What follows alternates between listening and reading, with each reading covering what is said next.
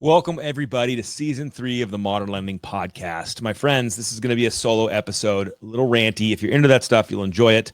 Otherwise, tune in for the rest of the season as we kind of unpack storytelling. I've done 3 seasons now of a podcast, and I've learned a ton through that stuff of self-exploration, of what I want this to be, of finding my own voice in the space. And so today, to kick it off in a season based on stories, you're going to hear mine.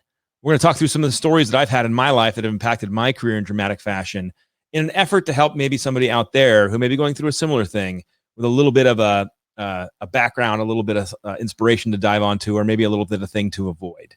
So if you're hanging with me live today, make some love. Let's kick it off with Season 3, Episode 1, Story Time of the Modern Lending Podcast.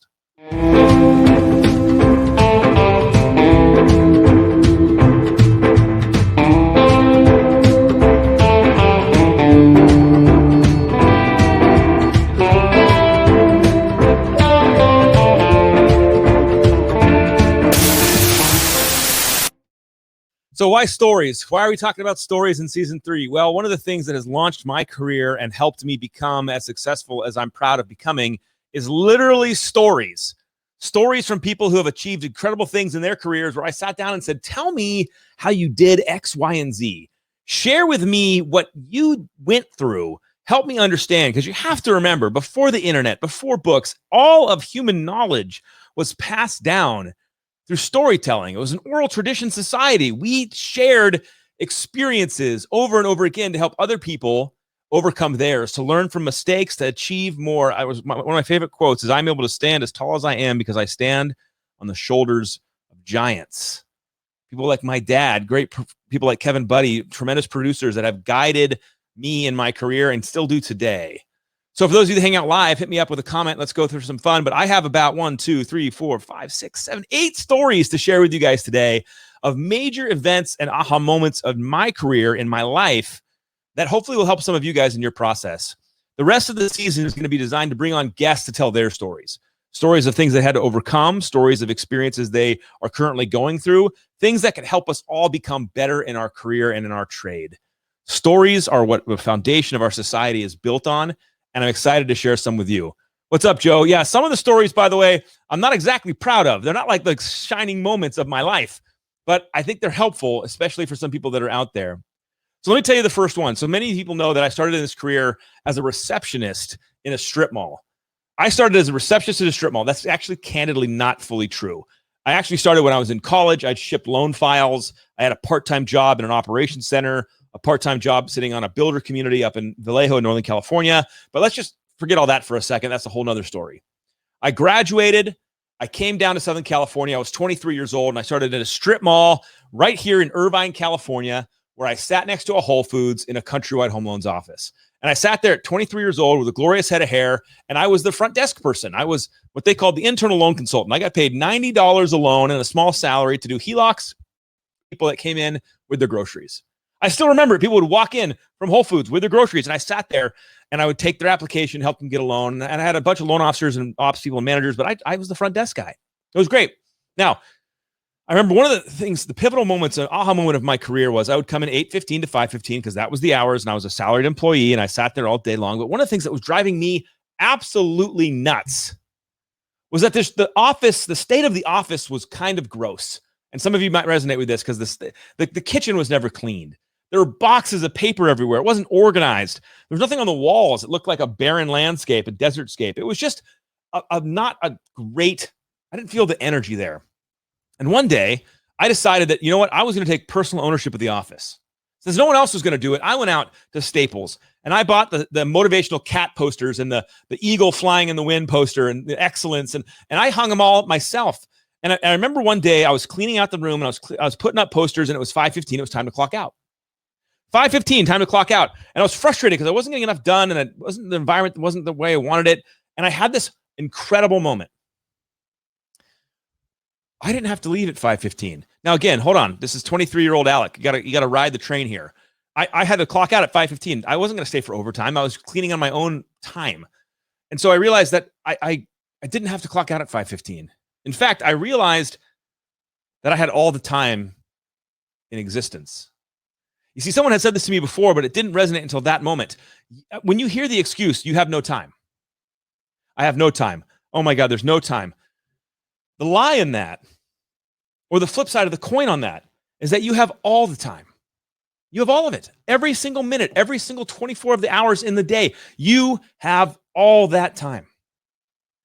And the second I realized that all the time was mine to use it as I wanted, I had this incredible freedom to own the space I was in, to stay a few minutes late, to put up the posters. And all of a sudden, as the people came back to work over the following days and they saw the cleanliness of the office and the space and everything else, it was this aha moment for me and for them. Number one, I owned the space and created the environment I wanted. But number two, you have all the time there is in the world, which when we think about it in the scarcity sense, that's terrible. We don't have enough time. It's always slipping away. But when you think about it in the sense of abundance, you have all the time that there is, which is incredibly, incredibly powerful. I still think of it to this day. No matter what I'm going through, if I'm stressed and I feel like there's not enough time, I remind myself there's all the time. And I get that lightening of load, that little bit of the backpack falling to the ground and realizing, hey, no, I get to have all the time. And so maybe I work a little later. Maybe I stay up a little later. Maybe I wake up a little earlier, but I have all the time. And with all the time comes all the power. What's up, Daniel? Good to see you, buddy. The second biggest story, that experience of my life in lending, was that no one works hard. Now, hold on. Before you get triggered and you hear this, let me paint the picture of when I first experienced this and what led me to make this statement. And hopefully not in a way that slanders other people, but just maybe opens your eyes to something that maybe you're dealing with. So I remember at a 25-year-old now, when I just go out on my own in origination. Give me my own loan officer. I had actually moved to a new office that opened in the city that I was prospecting in. So I left my other office. I moved to a new office that just opened. I didn't know anybody. I was ready to rock and roll. And oh, by the way, Joe, thank you. So true, man. All the time. I was ready to rock and roll in that new environment. And I showed up like I always did because I was the receptionist at 8:15. I show up at 8:15 ready to rock. Guess who's in the office at 8:15? 0 people. 0 people. Hi, Susan. Thank you. No one's in the office. I said, brand new loan officer, day one, show up 8:15, no one there. I was like, what is going on? Am I being punked? Is the office not open? Does anybody know what's going on? I had to unlock it myself. I walk in there. Sure enough, by about 10 to 10:30, loan officers started to show up. Now, if you're a loan officer right now and I'm triggering you, I'm sorry, but I'm in the office at 8:15 because I was taught, and in my brain, I'm like, you start work. And work means you're in the office. Work doesn't mean you're at home. Work doesn't mean you're playing. Work means you're in the office. And yet no one showed up until like 10:30. And then as the day went on, as we got to like 3 o'clock or 3:30, the office emptied again. Now, some people could be saying, well, Alec, that 3 o'clock they're out with realtors and blah, blah. And I'm like, I'm going to call you BS on that because I knew broker previews and open houses were on Thursdays, Fridays, and Saturdays and Sundays. And we're talking Monday morning. Monday by 3:30, ghost town in the office. And I'm sitting here going, what is happening? Jeff, what is happening? How come no one's here working? Now, again, some people are saying, well, maybe they're with customers. No, they're not. No, they're not. Because now, as my 18th year of mortgage, I know for a fact that if you want success in mortgage, one of the biggest stories I could ever tell anybody, if you're thinking of getting into mortgage, the unbelievable competitive advantage you will have over everybody else is that most of the mortgage professionals out there do not work hard. You see, here's my example on this that I hope is helpful for anybody watching this. If you're being a little bit triggered or feeling personally attacked by this, don't. Have some grace for yourself, okay? Work as hard as you want. But I was going to work from 8 to 5, and I was going to crush it no matter what. So here's what I say to people. Look, I don't have time people, I am working hard people. Great. From 8:15 to 5:15, not even the outside hours after that. From 8:15 to 5:15, I am going to shadow you personally. So from 8:15, wherever you want to meet, coffee shop, obviously not your home. Get out of your home. Go to the people are. Go get loans. Go out and talk to realtors. But from 8:15 to 5:15, I'm just going to hang with you. Jeff's like, I'm just going to hang with you. And we're just going to have a day together. That's terrifying. That was terrifying to me when I heard it as a loan officer. I was like, man, I'm so busy. And my boss was like, great, I'm just going to shadow you from 8:15 to 5:15. And I was like, nope, no, thank you. Can you imagine if I'm shadowing you from 8:15 to 5:15, what your day is going to look like? How much of your day is literally just downtime, wasted time? Is that too aggressive? But this is the truth in lending. If you are bad puns for that you don't mean to. If you are a loan officer or thinking about being a loan officer today, the number one story I can tell you is indicative of that experience I had when I walked into the office at 8:15 and no one showed up till 10:30, and at 3 o'clock to 3:30, everyone was gone again. There's hours left. What are we doing? One of my favorite examples is no one works hard. Now, one of my favorite stories, and I tell this often and frequently and always, is I was told to go get business, leave every single day, and come back with 8 business cards from agents. And so obviously on Thursdays and Fridays when they hold open houses, this was the absolute best time to meet them. They were in their open houses. They were showing it off to other realtors. They were having it open for customers. That's where they're sitting. Go meet them. A little pro tip for people right now who are like, oh, those are just listing agents. What are you talking about? They're just listing agents. You mean they're the agent that controls the property? They're the agent that's going to pick and choose who the seller goes with, that has the highest level of influence with the seller. They're the agents that are going to try to double dip the house if they can.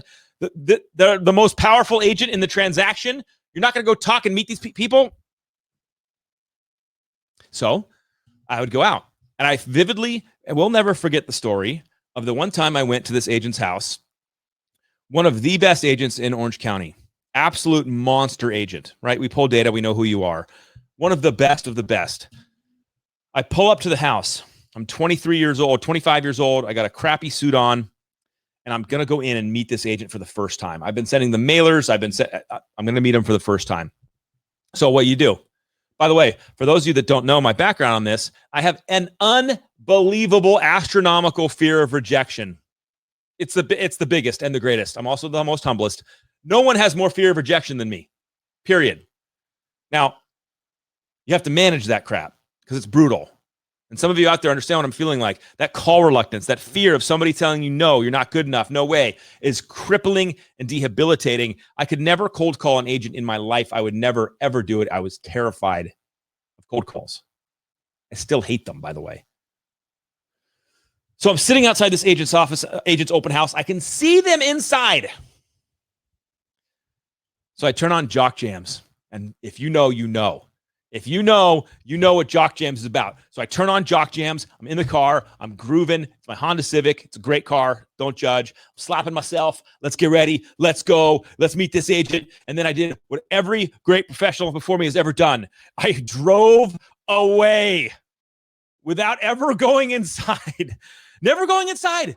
I just drove away. So terrified just to go introduce myself that I stinking drove away.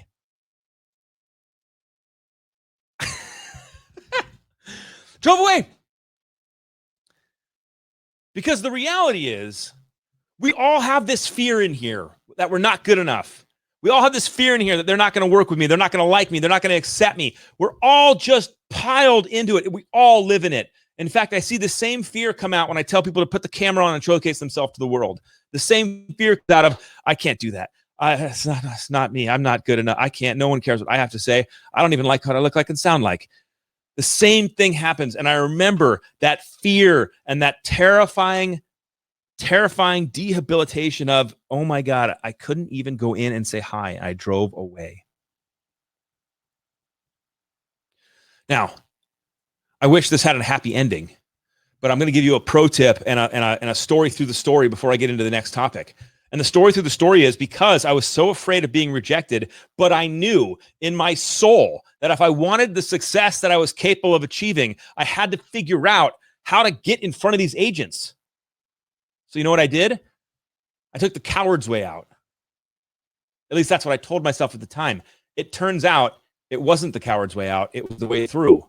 Instead of going in there with an agenda to sell, to convince somebody, to bring a flyer, to bring waters, instead of having anything on there that would cause somebody to say no, reject, etc., I stopped selling. And I literally just walked in. And I introduced myself. Now, the first time I did this without selling, I realized that I need to also say I'm a lender because this agent thought I was a buyer and they ended up touring me around the house to the point where I was so deep in it that I had to pretend I was the buyer and I could never just say, actually, I'm just a lender trying to meet you. And then I could never ever talk to that agent again, ever. Because I was awkward. But I would go in and I'd say, hey, it's Alec with Countrywide. Nice to meet you. That's it. I'd shut up. That was my game. That was the angle. That's how I overcame the fear and the jock jams. I went in there and I just introduced myself because I could do that much because there's no sell involved. They're not ready. There's nothing to reject. I didn't ask them for a meeting. I didn't ask them who their lender is. I didn't ask them if they want flyers or bagels. I just said, my name is Alec and I'm a lender. Well, fast forward. What I was doing was hacking the system without meaning to by the fact of reality of not selling myself or my services in any way. I was able to build relationships organically with these wonderful people. Some of them weren't so wonderful, but a lot of agents are wonderful, with great agents who started to like me and get to know me and eventually started to trust me and respect the hustle, to the point of me saying to them in all confidence, why aren't we working together? And it wasn't weird. It wasn't a case for rejection. Many of the realtors would go, you know what? I've just been using this person for so long that I'm just kind of in the rut, but maybe we should work together. That was the result of pushing through fear and building relationships. And that's the story within the story. The next story, and I believe this with my entire heart, I validated this year over year over year, is that if you want the success you're capable of, you have to put the declaration out into the world. You have to tell the universe your goals. It's a big, scary thing. It's a big, scary thing to say to the universe, here's what I want to achieve. What if you don't do it? Does that reflect on your self-worth? What if you don't make it? Are you a failure? It's a big, scary thing, but the universe rewards boldness and courage. And I want to give you my example of this. Thanks, Jeff, dude. Love you, man. I want to give you my best example of this. So in my first year originating loans, I funded $85 million my first year just by doing what I've been talking about, going to agents' open house and just saying hi. And this is 2004 or five. But I never had crested the $10 million mark. I wanted to fund over $10 million in a month. It's a huge accomplishment. It's very rare to do. Every $10 million month is a good month. I don't care who you are. And I never funded over $10 million. And so what I did was I took a mailer and I put together a challenge, a declaration, and I sent the mailer out to the top 100 agents in the market, to all my past customers, and the cover of the letter, which I'm not going to show you, but I'm going to show you this. On the cover of that was this dude. This guy was on the cover of the thing, and you can't see it because I cut the letters off, but it says $10 million challenge across the chest. Look at that hair for a second. Oh my gosh, the guy is just a stud. What a Viking. I mean, honestly. And at the bottom of the letter, it said, I'm hosting a $10 million challenge. I'm putting myself out there. I'd never funded over $10 million, and I wanted to do it, and I need your help. I'm getting married in July. For the month of June, I want to fund over $10 million before I go on my honeymoon with my wife. That was the challenge. And I sent it to everybody in mail. They had physical representation of this in the office, in their mailbox, the $10 million challenge. I was nervous as hell. I was terrified.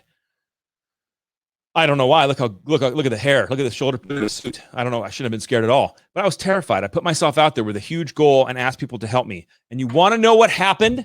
You want to know what happened? I funded $13.5 million in June. Realtors that had never used me, but that had respect the hustle, that had seen me running around, that actually thought I was working hard, shot me over some referrals. Some of them I converted.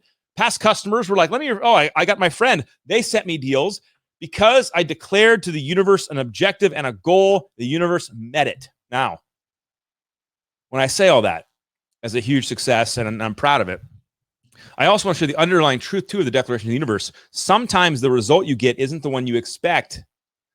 I've watched loan officers go out and prospect for 6 months. And after 6 months, the agents they were really hustling after, they weren't the ones that gave them business. They ended up getting their whole career set up with a whole other set of agents that they weren't even prospecting as their core group. Because when you put things out in the universe and you drive towards it, the universe has a way to refer to support and come back around and take care of you. Next story. You've got to stand out. Now, there's a lot of different ways to do this, but if you want to get noticed, you got to authentically stand out. So when I say stand out, you can't do it in a way that's not uniquely you. So for example, one of the things that I was doing to stand out, to make myself and authentically be vulnerable, was I would send people, prospects, realtors in the mail, things that would be different than a flyer. So one time I sent, and this is all this is all early 2000s, so compliance and craziness, but I wanted, you'll get the tangent. I would send all the realtors, the top 100 that I was going after, a little tiny eyeglass screwdriver. You've seen those before, a little tiny screwdriver for your eyeglasses. And said, if you're tired of getting screwed by your current lender, you should consider working with me. Now, that's not very politically correct, but it was funny at the time, and it was out in every realtor's mailbox. I sent all the realtors I was prospecting a little squishy dog bone, and on it printed said, "Throw me a bone. Alec Hansen, my number. I'd love a chance to work with you. We haven't worked together in the past." I mailed a absolute brick, a literal brick, to my realtors' offices. A brick with a thing on it that said, "I'd like to build a strong foundation with you." Nick's feeling the vibe right now. At one point, I mailed a bobblehead. It's sitting over there. You can see it right there. A bobblehead of myself. Now, it's a terrible version because I got it in China, and I'm pretty sure I'm Persian. It's not good. I sent a bobblehead to the top agents I wanted to work with. You got to stand out. One of my favorites was sending an entire box of fortune cookies to the offices that I was prospecting. And check this out. In the fortune cookies, you can customize these. In the fortune cookies, you can put in any fortune you want. So, of course, what did the fortune say? Your next successful referral to Alec Hansen will close early and on time, and your customer will be ecstatic. That was the fortune in every single fortune cookie delivered to every single office. All that stuff, though, I'm not saying to copy me, but I'm telling you, all that stuff is a representation of me. It's my humor. I have fun with it. I enjoy it. Oh, yeah, you can't see it over there, but hold on. Oh, yeah, you can. Hold on.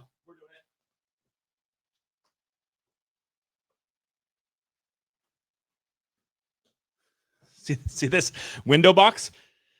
So you've seen these window boxes before where you put like paraphernalia in that you can collect. For those listening on just the podcast, it's one of those boxes where you put like a baseball or something in there. Look at that. Look at that. My business card, and it says, "In case of emergency, break glass." And it has my mortgage business card. This was sent out to all the top agents. You got to stand out, my dudes. It's an important thing. You can't just be and now with the internet and video, man, you can stand out in so much more ways. But I'm telling you, as a pro tip, as we end this story, I would absolutely, and I'm coaching to this today, I would be doubling down and tripling down on actual physical mail to people that you're prospecting. Physical mail they can touch and hold and open. You want to make an impact? Send something physical. Stop the email blast, stop the garbage, and send something real. Now, let's pivot forward in my career a little bit. This is more of a leadership story, but let's talk about bad hires. We got to talk about it. It happens, and even to the best of us, the best recruiters I know, the best leaders I know, every now and then you make a bad hire. It's not your fault, but it happens. And I'll give you my story. So I was a young sales manager, and I wanted to hire a team around me. I was trying to flex into leadership. I wanted to hire some great people to work around me. In mortgage, if you want to be in leadership, you need people that follow you. That's kind of how it works. You don't fall upwards. So I remember I hired this guy, and he was a high talent, but he wasn't his levels of success. And I was like, I can fix that because I'm Alec Hansen, which is not true, but arrogance of the youth. And so I remember one day he was struggling. He had missed a couple months, had 0 closings, and he needed money. Obviously, if you don't fund loans and don't make money, it's having hard times. And he came to me and he said, "Alec, I really need some money. Can you give me an advance?" And I knew the company wasn't going to do it because this guy was a low producer. They're not going to advance this guy money. He's not going to do loans. But of course, I said yes, and I gave this guy a check, personal check. And I said, "Look, just pay me back when you can." And then he left the country. He left the country. I'm not joking. He left the country with my check. My friends, when you're in leadership, you're going to make some bad hires. It's unavoidable if you're really trying hard. Number one, you can't let it personally affect you. Number two, you cannot personally get involved financially with these people because it never is going to work out for you. And number three, you got to action on it quickly. I know, and you know, in your heart of hearts, when you make a bad hire, you know almost within the first month, right away. Like, for example, no loans come on the board. And you're like, "Oh, I messed up." Yeah. Once you know, fix it fast. Last two stories, I promise. These are my fun ones, though. This one was a big one for me as a leader. So when I say check under the water, what do I mean? What am I talking about? What am I referring to? You know, when you have people that you work with for a long time, you build a strong relationship with it. I'd even consider it a friendship to some degree, because you know, even though there's a hierarchy and there's a boss employee thing, you love these people. They become family. You care about them. You work with them every day. You solve problems together every day. I don't know what that is on my head, but now it's gone. And sometimes they're not totally honest with you. So in this example, I had a leader who I just loved. I'd worked with him for 7 years. He's a tremendous talent in the mortgage industry. And he had taken on a new position to run this branch. And I was like, it's time. It's your time. Run the branch. And he got in there and very shortly, he just wasn't enjoying it. Whether it was the loan officers who just constantly complain, or it was the environment we were in the industry at that time, but he wasn't enjoying it. But because we had such a good friendship, and because he was, in my opinion, just being a great soldier in the field, when I would check with him, I would get this, I'm good. We're good, bro. We're good. And we weren't good. And so when I say check into the water, I mean, just because the things on the surface look good doesn't mean stuff underneath is good.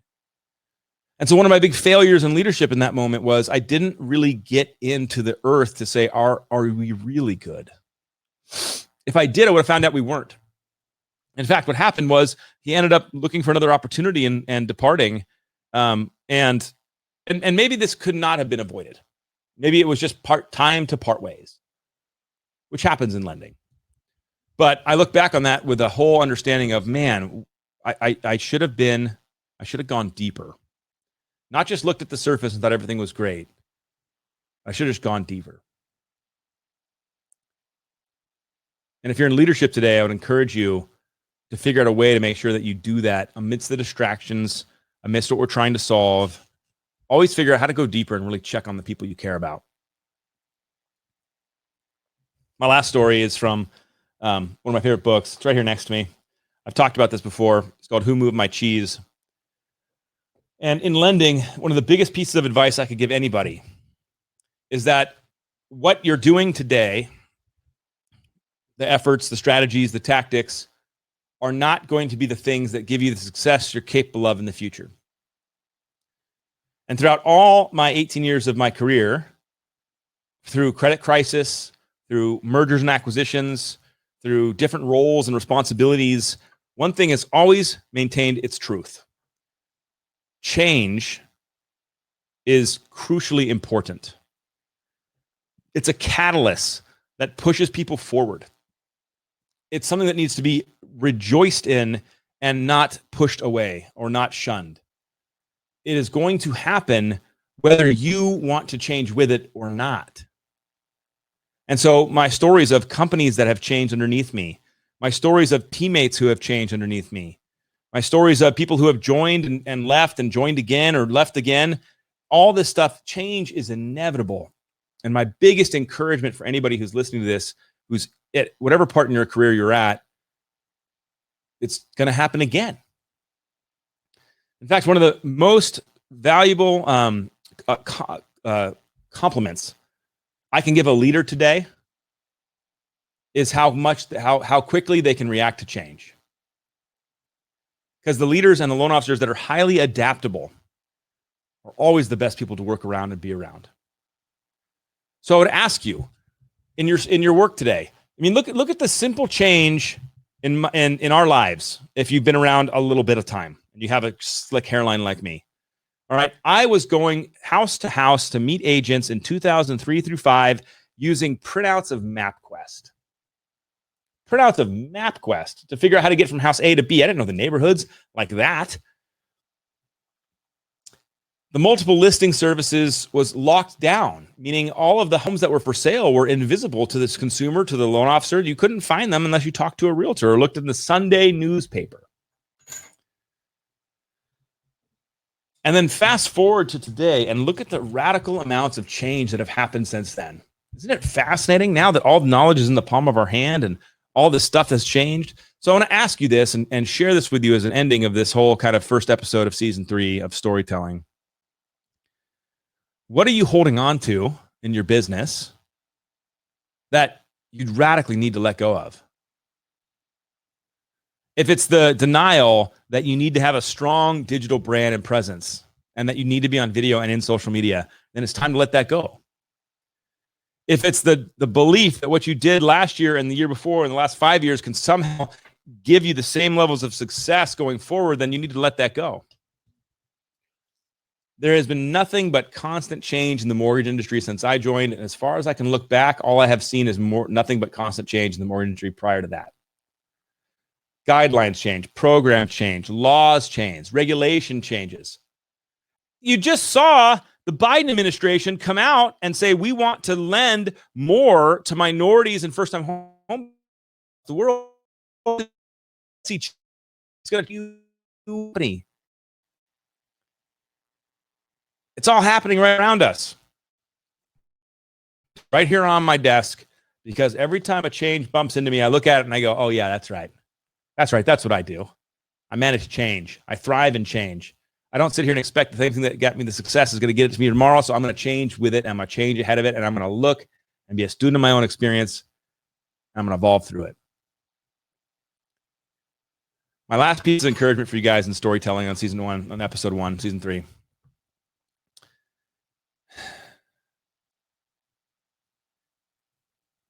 The success you're capable of in our industry,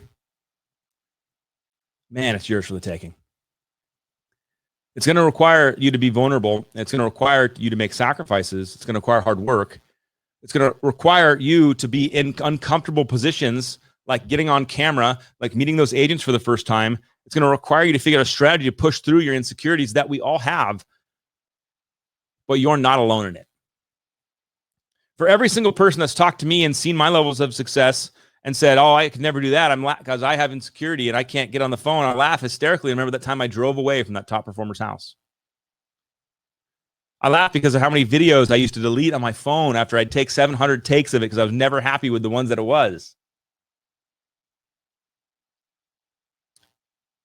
You unbelievable local mortgage professionals, man, you are not alone. And I hope you tune in for the rest of season 3 to hear some stories from some incredible people as they've figured out ways to drive forward in their own career, as they figured out solutions to help themselves push through barriers that were in front of them, as they had hardships that they had to overcome that people like me maybe never had to. I hope you take some experience from them, some support from them, some motivation, and go achieve what you're capable of achieving.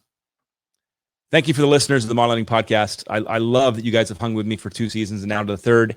I hope that this is one that's going to delight you. And I can't wait to share some of these amazing, amazing stories with you guys. So have a wonderful day, and I'll see you on the internet.